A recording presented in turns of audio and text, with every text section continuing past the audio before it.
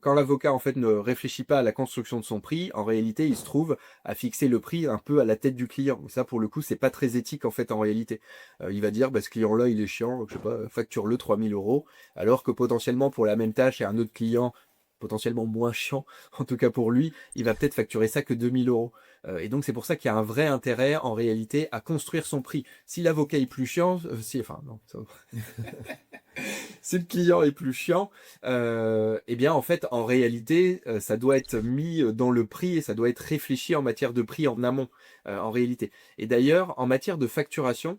aujourd'hui il y a des modèles un peu hybrides, c'est-à-dire qu'il y a des avocats qui vont facturer au taux horaire, il y en a d'autres qui vont comprendre, enfin qui ont compris qu'en fait ils ne peuvent pas vendre un taux horaire à leurs clients parce que le client il a envie de se projeter en fait en réalité sur combien il va devoir dépenser pour la prestation. Et donc ces avocats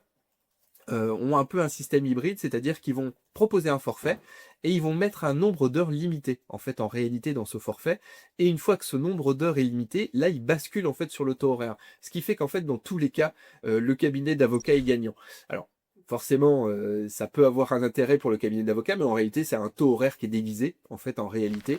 puisque l'avocat va considérer qu'il va devoir passer 10 heures sur tel dossier, et une fois qu'il aura passé ces 10 heures, ensuite il facturera au taux horaire. Donc en fait, c'est pas vraiment, enfin, on gagne pas l'intérêt d'avoir un prix au forfait, puisque l'intérêt d'un prix au forfait, c'est d'être dans 99% des cas gagnants en fait dans la situation.